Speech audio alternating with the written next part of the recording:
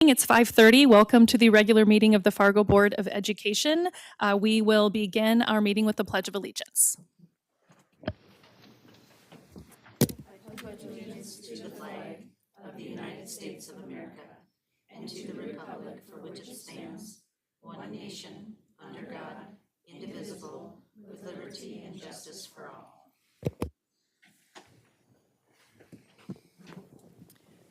Thank you. I look for a motion to approve our agenda.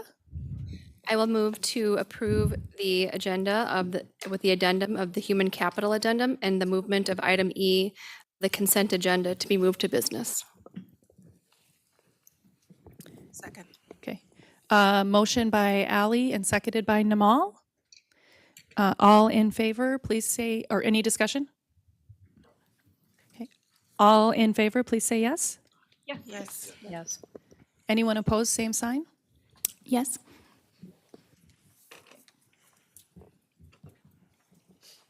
Okay, motion moves forward 8-1. At this point in time, we now recognize our audience. At this time, the board will hear comments from the public. We ask that each speaker who has signed up to address the board state their name and home school district for the record. Speakers must refrain from using this forum to criticize or complain about a specific employee or student by name. Vulgar or profane language will not be tolerated. The board is interested in your comments and will listen carefully, but is not obligated to respond to or debate issues in this forum. This evening, we have 2 speakers who have signed up to address the board. Each speaker will be allotted a maximum of 3 minutes. Upon conclusion of the allotted time, a chime will sound and the speaker is asked to conclude. If necessary, a final chime will sound 15 seconds later, signifying the end of the speaker's time at the podium. I will now call our first speaker to the podium, and that is Victoria.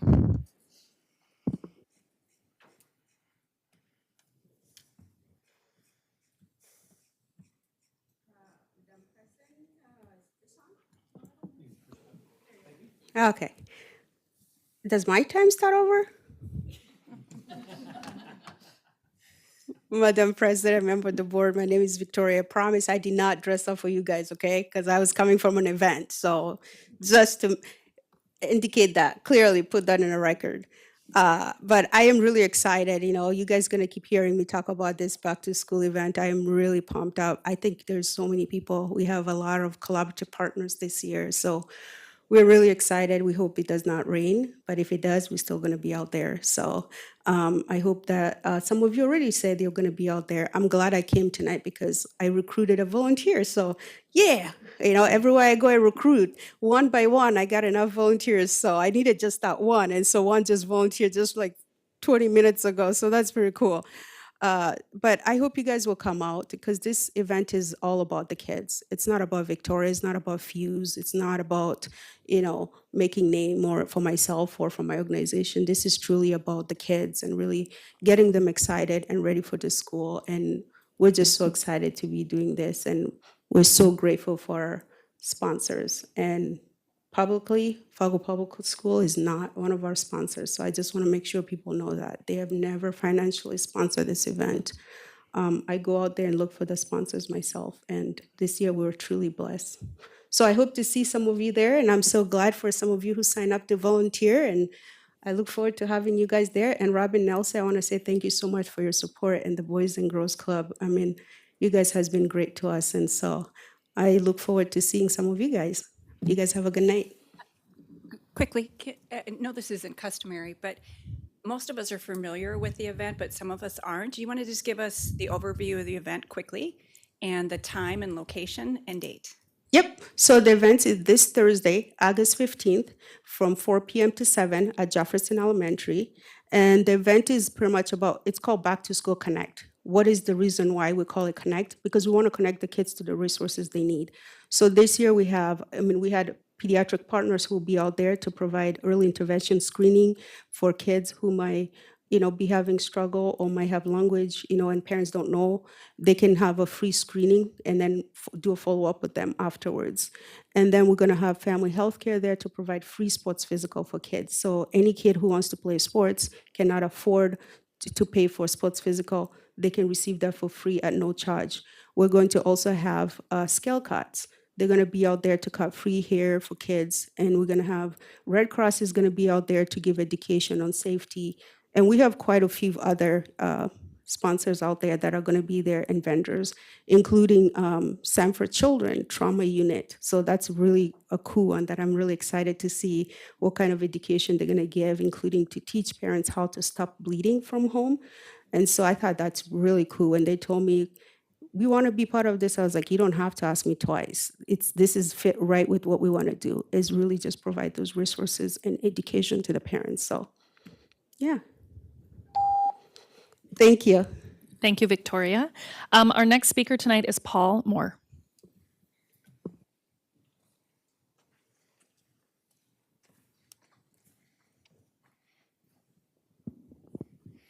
So I'm Paul Moore. I live in the Fargo School District. I came a little unprepared. I spent all weekend at the Renaissance Festival and got sunburned instead.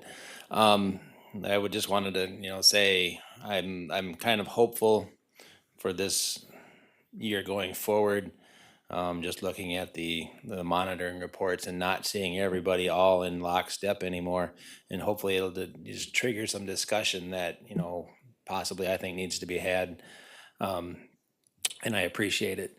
The other thing I wanted to ask about, and I know you're not obligated to respond in any way, but back, and I think it was in April when he did the strategic and operational plan. I've got a copy of that because it was in with the agenda.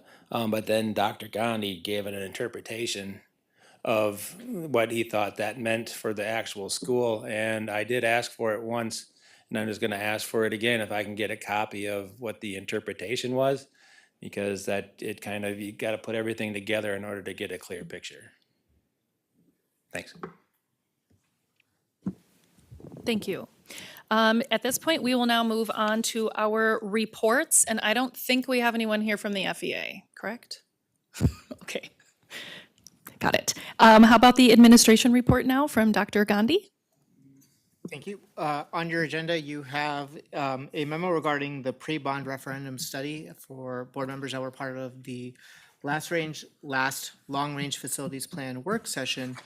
You know that this scope of work was discussed. We wanted to provide an opportunity to just share with you how we are taking, the steps that we're taking in regarding to that pre-bond referendum study. Normally, this would be something that's in administrative purview, and it would come to the board for approval of whether it's a contract or something of that nature. However, because this is going to potentially impact a bond, which the board would own, we wanted you to just have an opportunity to kind of hear from us what we are planning for the next steps, what that scope of work would look like, and give you an opportunity of feedback before we move forward with kind of contracting that services, which will then ultimately come back for your board approval. So our Director of Facilities, James Hand, is here to give you a brief overview and then answer any questions you may have regarding the pre-bond referendum study plan. And I'll try to emphasize the briefness of the overview and allow time for questions. But basically, this pre-bond referendum study, what you have in your memo is a pretty detailed work plan over the next few months of activities and tasks that we're proposing and we're working on. And the purpose is to gather comprehensive community feedback and guide decision-making on a potential facilities bond referendum. The ultimate goals are to understand the community sentiment and survey for awareness and gauge support for the facilities plan, assess the financial impact and measure the community's willingness to support a bond referendum, make sure that we are engaging diverse demographics, that our responses and that our survey represents the full community, and really ultimately to facilitate informed decision-making as we go forward in this process. So the key deliverables at the end, so like what is the outcome of this, will be a financial modeling and scenarios analysis. I think a really important part of this is that you understand and that our community understands going into this type of decision what the effect of these decisions are. What capacity do we have to support things as a district, and what help do we need from the community, and what impact does it have on our ability to maintain our facilities moving forward? The survey report and analysis is really that temperature and understanding the results of the survey and what the community told us as far as their understanding and acceptance of the plan and the ability to fund it. And a comprehensive final report that would include recommendations and hopefully all the information that you need to make, again, informed decisions as we move forward. As far as the timeline goes, we're already working on developing and gathering data as it pertains to the financial analysis and the information that the consultants need to move forward with the survey. So hopefully, well, not hopefully, planned for early October are these input sessions that will guide the development of the survey. So those task force are actually, it's a planned process where we work with them to actually formulate the survey questions themselves and make sure that we are asking the right questions to fully understand and engage and collect the information we're looking to collect. The survey is planned to go live in mid-November and wrap up December 5th with a final report at the January 14th board meeting. So the next steps as far as this goes, we've presented the work plan for this study. We're taking feedback, or we'd accept feedback for sure, and as we implement this plan, and now we're moving forward with this study. So with that, I'll take any questions. Thank you, James. Any questions? Melissa? Yes, thank you, James. So I thought this looked really great, and you put together a wonderful memo. The only question I had in the goals section, when you look at number 3, the goal and the action doesn't necessarily seem aligned, and I just wondered if that was an oversight or if there was something that I was missing that action would be helpful in achieving that goal. We can certainly, if there are suggestions on modifying the language, we're certainly open to doing that, I guess. Ensure survey represents a wide range of community members, including parents, non-parents, senior citizens, business leaders, and students. Evaluate community's willingness to support additional tax investment necessary to implement the long-range facility plan. Yeah, I see what you're saying there, and I'd have to look back at the previous documentation here to see if that potentially was a copy paste over issue, but yeah, I think we can review that, but that was the original in there, but it certainly, we can discuss that and Okay, modify thanks. it.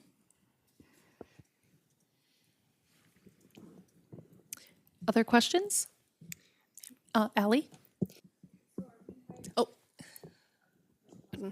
Right? yeah, you got it. Okay, sorry. So are we, I'm understanding correctly, James, we're hiring out a company to do this for us, to conduct this study for us. What is the financial cost of that company to do this for us? I believe the total cost for this work was less than 50,000. I believe it was, I don't have the exact number on the top of my head, but it was between that 40 and 50,000, I believe. Okay. Now, is this something that has to go out to RFP, like where we have to bring in multiple different options or to conduct this type of survey work for us? Or is this something that you can just pick whatever one we want to go with? So we executed a change order with the organization that did our long-range facility plan. When we RFP'd that, we did specifically mention that this would be a potential service, an extension of that service in that RFP, that performing a pre-bond referendum study, if found necessary in the long-range facility plan, that would be, and with the value of it, we were able to change order and move forward with that work. Okay, makes sense. Thank you for that. And then final question, and it kind of actually goes back to Melissa's question on number 3. Outside of, how are we, like, is there more concrete work going to be in engaging, folks in the community, right? Because we see a very small number that are actually completing the surveys. in terms of the people that would be eligible to be voting on the bond and as well as financially contributing to it. So outside of, sharing out like a URL for them to complete the survey, how else are we planning on engaging these folks to complete this? Yeah, so that's a fantastic question.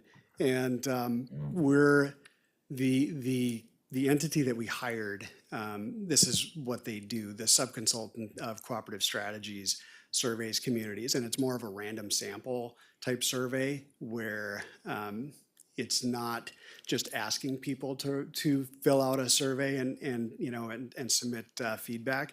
It's actually reaching out and ensuring that you're hitting that broad range of demographics and getting an accurate picture of what the community sentiment is. Awesome. Thank you. Do we have any, Greg? Is that survey going to be, is that the same company that conducted the rounds of surveys for the long-range facilities plan? So the surveys for the long-range facility plan were developed in collaboration with Cooperative Strategies. This survey will be developed by a subconsultant of Cooperative Strategies. Their name is in this document. It's Creative Entourage. Yep, and this is what they do. So they're the experts in this. Okay, thank you. Any other questions? Rupak? Just for clarity, am I correct, James? And if I were to summarize kind of everything that's happened at the LRFP into 3 scopes of work. So what we've done until now with Cooperative Strategies was assess our buildings and their physical conditions and create the report based on what we need for adequacy and so forth. This scope of work that you're presenting on right now is really a study on what is the community attitude or sentiment towards a potential bond referendum. And then the community redevelopment plan, which we've also talked about, is a separate scope of work that really is focused on should some of the sites be impacted as a result of the long-range plan, how could those sites be redeveloped? So really 3 independent scopes of work all kind of tied together over a long-term vision. Is that a good summary of the 3 scopes of work? The only modification I would make to that is splitting the first scope of work into 2. So there's actually 4. We actually had a different entity, actually a team of Amoresco, SEH, and HPM who did our facility condition assessment, educational adequacy study, and energy audit. And then we had Cooperative Strategies lead the long-range facility planning process. And now we have these 2 scopes of work that we're engaging in. Thank you. Do we have any other questions? Okay, thank you, James and Dr. Gandhi, for your work on this. And I know that James and Rupak have also been very receptive to emails and phone calls when I've had questions with them too. So please don't hesitate to follow up with them if other questions pop up. Thank you. All right, and that moves us to our consent agenda. I will look for a motion. I move approval of the consent agenda with the human capital addendum. Second. Motioned by Robin and seconded by Nikki. Any discussion? Okay. All in favor, please say yes. Yes. Yes? Any opposed, same sign? Okay, and that moves us to our business section. Our first item under business is the committee and liaison assignments. And so you can find these in memo 15 on your computers. We don't have printers of those. So I want to point out a couple things that creating these, this comes from me, so I'll introduce it. Putting together our committee and liaison assignments is very much a puzzle with many, many moving pieces, and it is certainly not an easy task, as anyone would know who has done that in the past. I do want to acknowledge, and I know that there is some disappointment when these come out. For this particular round of committee assignments, we had more asks for some committees than we had seats. And I also, my goal was try to get everybody at least a few of the items, the requests that they had. And I can promise you right now that nobody got everything that they wanted. And that's just kind of the way this works out. I was really aiming for a balance of veteran members and new members. And for the first time in what I can tell is modern history. We have two members on this board who cannot serve on certain committees and in certain liaison roles. So that actually made piecing this puzzle together rather complicated. I do want to point out that as we head into this school year, we will have a legislative session. We will have a negotiations sessions. We will have the long-range facility planning along with all of the other work that we do. And I can assure you that every single committee will have their hands deep in this work, and that every single board member will be working for this district here. So I can assure you that. So with that introduction, I now look for a motion. Melissa. I move approval of the 24-25 committee and liaison assignments as presented in memo number 15. Second. So moved by Melissa and seconded by Kristen, is that right? Okay, any discussion?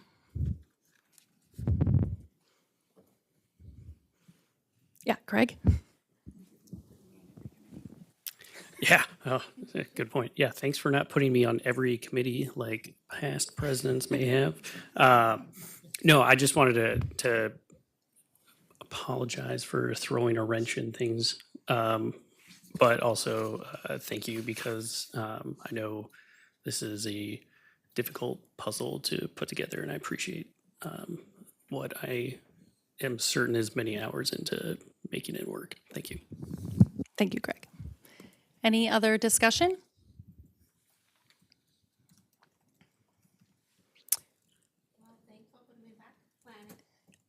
Do you have a comment? Namal? Comment, but I'm just saying thank you. Otherwise, there's gonna be a different story. You're welcome. It's okay. Thank Okay. you. Thank you. Okay, and with that, I think we're ready for the roll call.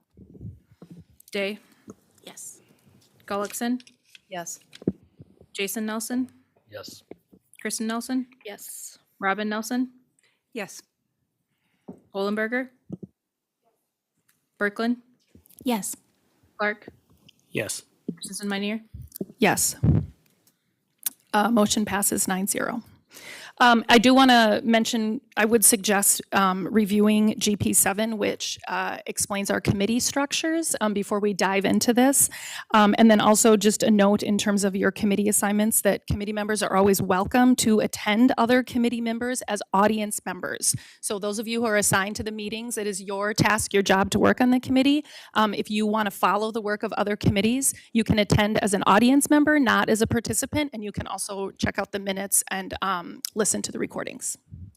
Okay, so next up on our business, we have pulled E from the consent agenda, which is EL1 monitoring. And Allie, since you were the one who pulled that, I'm going to let you go ahead and introduce why you pulled that forward. Okay, Mike. Okay, so red light means on. You would think red Yes. means stop. Yeah, red light means on. Sorry. Red means stop to me, which means off. Sorry, apologize for that. Okay, so the reason I pulled this is because there was obviously not a 100% compliant rating. And so my question was to the fellow board members, I guess, and I can go into detail if you would like on how I came to my decision, but what were the data points that you guys used to determine the compliance of meeting the EL1? Nikki? Sure, thank you. I don't feel that I need to share amongst our board because we have 9 members and 9 interpretations could be had, and you are under no obligation to share your thoughts as well. I have a comment. Okay, go ahead, Robin. I really appreciate your question because that's part of being a new board member. What makes other board members think the way that they do? May I suggest that tomorrow is a great time to maybe delve into how monitoring reports are scored, because the first item on our training agenda is policy governance. And maybe that might be a good place to discuss why we do what we do. Because during the board meeting, basically, we're either accepting or rejecting this report. So that might be a nice place to delve into it, if that's helpful. Does that make sense? Thank you, Robin. Greg? Yeah, I think one thing that potentially might be helpful, I'm not sure, you can decide that on your own, it is, for me, when I first did some of this monitoring stuff, I wasn't sure what happened after the monitoring report gets filed, right? And so maybe it would be useful to kind of understand what happens after, right? Assuming someone makes a motion and it gets accepted, what happens to the monitoring report? In particular, the recommendation for potential policy language changes that I think you'd put in there.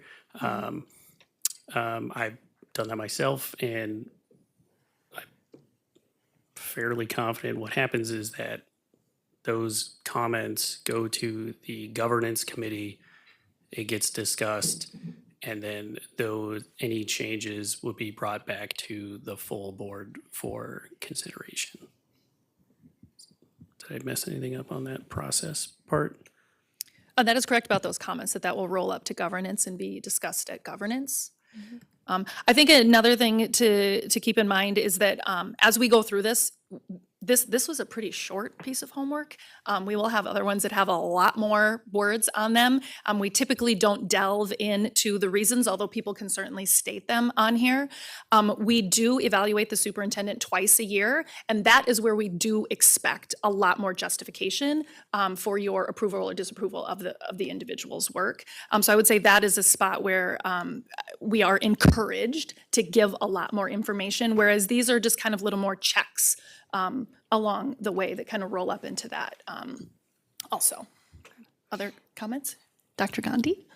I can't answer on behalf of other board members. The only thing I would share is that, I mean, from administration's perspective, like when we do the EL reports, we just want to know what that criteria is, because I think as you're kind of alluded to, you can have 9 different people with 9 different interpretations.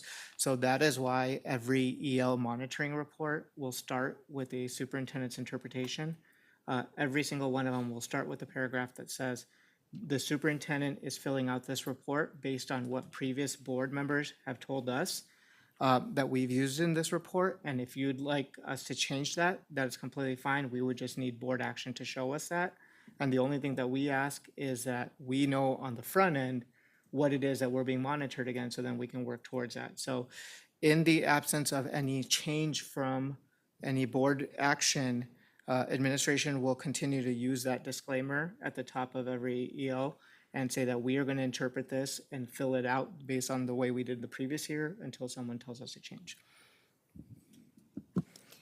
Makes sense. And you had, Dr. Gandhi had shared, earlier about, the objectives and the key results. And I think that's more of what I was looking for. Is the only data point, if you will, that I had was the staff culture survey results, which have decreased year over year, which is why I made the decision that I did.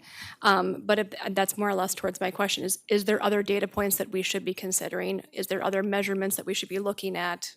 I guess I don't know at this point in time. So that was more or less towards the question towards the other board members, if there's things that we should be considering or I should be considering that I'm not. So, but I definitely appreciate Robin's comment, and we can take this up during our training tomorrow. I would also be happy to share that in the spring, we did review some data that was brought to us from the staff stakeholder survey. Is that what it was called? Did I get it right, yes, Jeff? Okay, thank you. And I do recall there was a variety of information in there. And a lot of the outcomes, a lot of the data from that was actually really quite positive. We saw, I think it was over a 65% rating that from staff that they saw FPS as a positive place to work. We saw high support and satisfaction with staff's direct supervisors, and I see that as a reflection of our district office, in that they're putting the right people in those jobs and they're supporting them and training them. We had, I think it was between 50 and 60% say that they rated themselves that they feel like they belong here. And then I personally, from my liaison visits, the great majority of my liaison visits, the staff I interact with really like their colleagues and their building administration. And not every single one, I mean, it's certainly not perfect, but that has been my experience, so I felt very comfortable rating this compliant. I also will share that in that meeting, I think it was in the spring, I heard Dr. Gandhi say, we have work to do. Like this is not good enough. There's work to do. And to me, that is that to me is compliance, that you can acknowledge where there's work and you make efforts to focus on that. So that was where I came from. Thank you for that. You're welcome.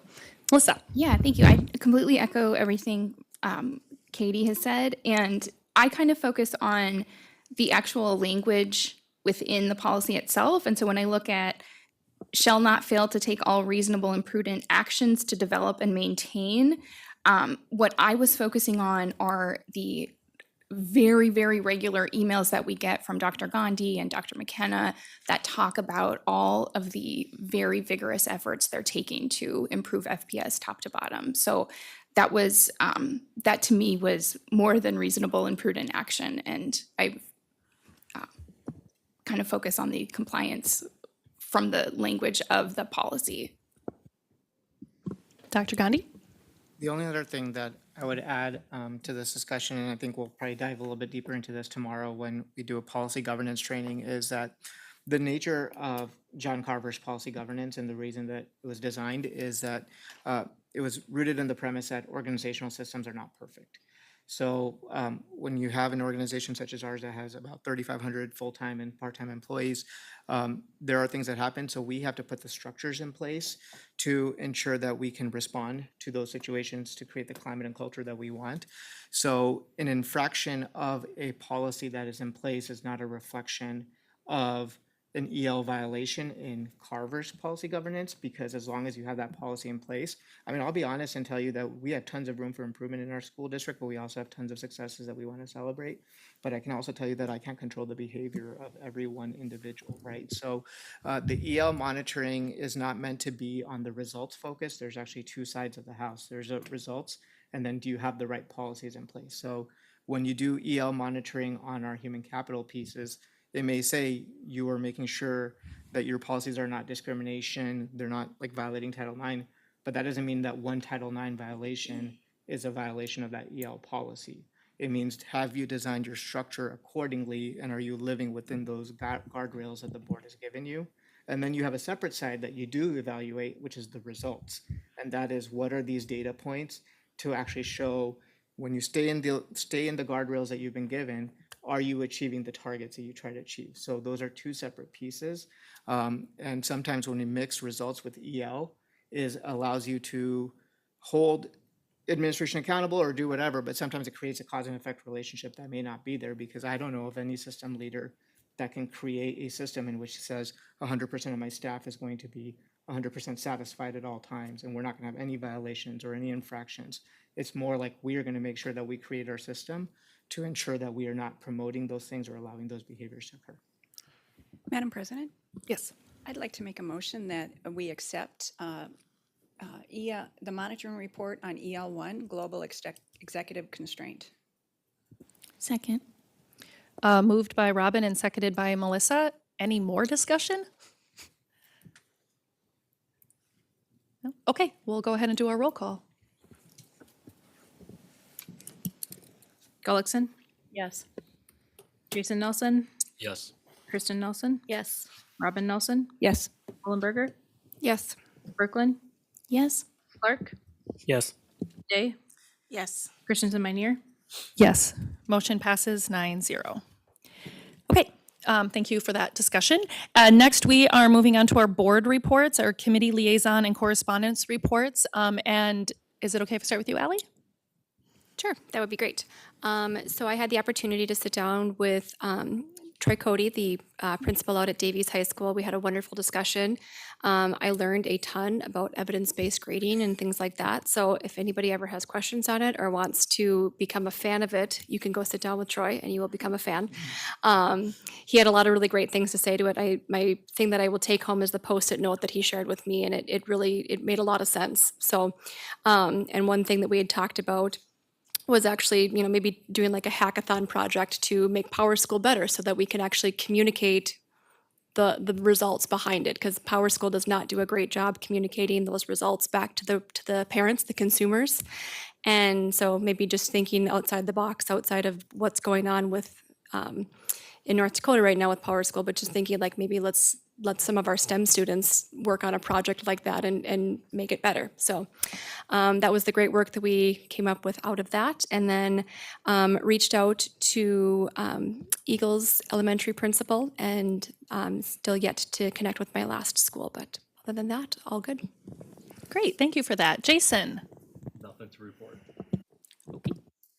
Namal? I attended that employee appreciation picnic, and that was fun to see everybody's and enjoying it.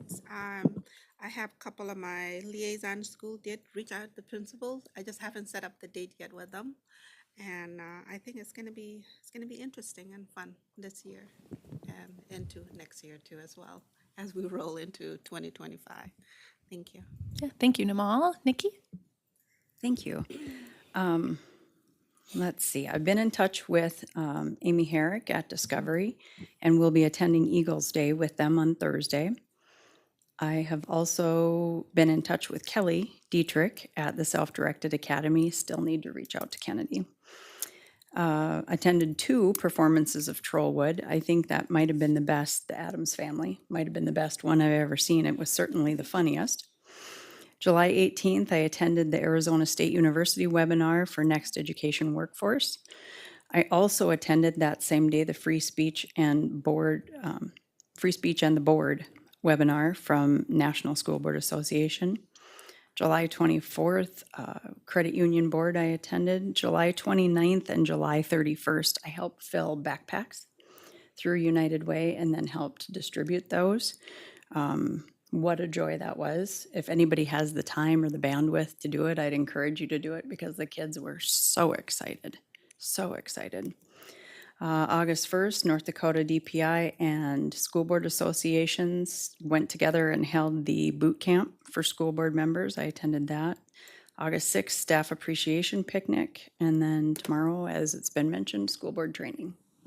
Wonderful, thank you. Robin? Yes, I need to give a shout out to Principal at North High, Travis Christensen. I believe I had an invite to meet at his school a couple of minutes after the board meeting concluded. So we did meet on July 23rd. There weren't that many people in the building, but met with Travis Christensen, Josh Andrus, Amanda Quintas, and Dan Schultes, and they were doing some strategy summit. They had 3 key areas they were looking at. Evidence-based grading is a big deal, and they also appreciate the logic behind it. And I learned some more, and I need to learn more, so agree with Ally. Second one was school climate. And third was the students are really responding well to restorative practices. So that's one of their key pillars, if I remember correctly. Staff appreciation picnic on August 6th. August 9th, I had a delightful visit at the Early Childhood Special Education Center. Met with Donna. Couple of key points that, let me back up. I always ask if what is there one thing you want the board to know? And at North High, they said we are carefully watching the next excess mill levy election because it will greatly impact everything we do in our schools and the services that we provide to students. So I continue to shout from that rooftop, but our principals are now as well. August 9th, back to ECSC, met with Donna. They, according to the last annual report, they had 181 students enrolled, but they finished that year, I think, with 238. So they continue to gain throughout the school year. Currently, they do screenings for services at ECSC. They are booked into December right now. So that's how many students are waiting for screening. And she wanted me to share that because that's the growth in demand. And maybe that's the identification. Maybe there's, we talked about other factors that anecdotal. And then lastly, she said, what she wants the board to know is how important the approval of the long-range facility plan is and moving their services to Lewis and Clark. She is fully supportive of that, and I understand why. I toured all the rooms, and I get it. So I appreciated that. And then today, I assumed I would be assigned to the SEEK committee. So they've already been sending me stuff, and we had a 4-hour board retreat that I attended today, just learning some of the functions of SEEK. I work with SEEK closely in my other life, but they do all the Medicaid billing, and that's a big deal for all school districts. I learned that school psychologists can't bill through Medicaid, so that's something that they're working through. Also learned about nursing. We contract through Fargo Public Health, so they can't bill through Medicaid for that, something like that. A couple other tidbits that I just thought was fascinating. English language learners started as ESL, English as a second language. Then I went to ELL, and then I went to EL, and now it's shifting to multilingual. And so it's just a matter of when we adopt that statewide is kind of the concept that I got. So I just wanted to share that I might know something that you guys don't. And then I would also say that they do a lot of administration and assistance for state assessments, and they provide a lot of the professional development for that. There is a major shift coming down from DPI about state assessments, and I'm sure I'm not telling administration anything that they don't know, but the NDA Plus and the NAVI and new state assessments and how they fit into the others and outcomes. So that's on my radar to pay attention to, and I look forward to learn more, particularly from our associate superintendents. That's it. Thank you. Thank you, Robin. Greg? Is that a tough act to follow? Sure is. I also attended the performance of Addams Family at Trollwood. It was fantastic, no matter what the critic in the forum says. I didn't know that. Did you? Oh, well, you can tell me what you thought of the Trollwood as well. I thought it was great. I also attended the summer picnic. Thank you to Katie and Jason for grilling. Hopefully next year I can help. And then I lost count. I think it's 3 or 4 carloads of equipment that I've helped the new Claire Barton Hawthorne librarian haul into her new offices, and that will continue because many of our educators have a lot of their own supplies and equipment that they bring with them everywhere they go. Melissa? All right, so I also attended the Addams Family and then the Trollwood Junior Matilda musical, which was absolutely phenomenal, and I'm very excited to see what those students do when they graduate to the main stage. Attended the picnic that everyone's mentioned last week, and then I'm just working to set up liaison visits and hope to get in before school starts. And Kristen? I actually was able to meet with my first liaison school this week. Actually, today I met with Jason over at Lewis and Clark and his assistant principal, whose name is escaping me.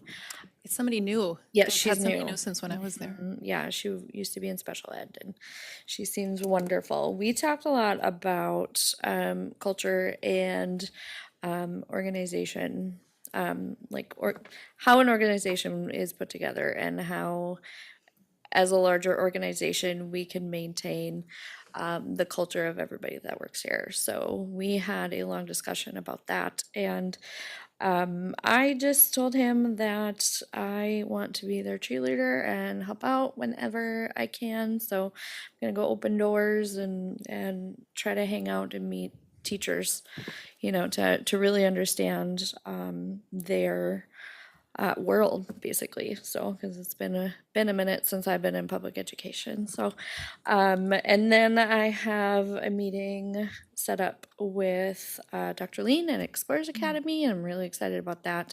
And then next week I will be attending Teacher in Service Day at Fargo South, and so I'll meet the teachers right away at like 8 o'clock in the morning that morning. So I'm very excited about that. I passed along to the staff that I've already met at Fargo South that as part of the steering committee, how many amazing things I heard about that school, and how I just want to, shout from the rooftops that South is where it's at. So I'm really excited about those things coming up. Wonderful. Thank you for sharing that. Okay, so that moves us into our president's report. I haven't been able to do any of my liaison assignments, but hearing all of yours is really warming my heart and making me eager for those visits again. I was also at the picnic. I got to grill Jason. I haven't grilled yet, so that was a new adventure. We were both newbies at that, but I think we made it work. If you see a picture of Greg at the grill, he's cleaning it, not actually grilling. So I just want to make that very clear. I tried to decline the photo op. It was foisted upon me. Got it. Okay, and then just as a friendly reminder, we do have our training session tomorrow at 3 p.m. Please bring your computers and your binders and watch the video that Dr. Gandhi sent out. Everything else will be provided for you, including dinner. We will have sandwiches and wraps, and there will be veggie options. So that, I think, concludes our meeting. What time is it? It is 6:15 p.m. Our next meeting is August 27th. Have a good evening.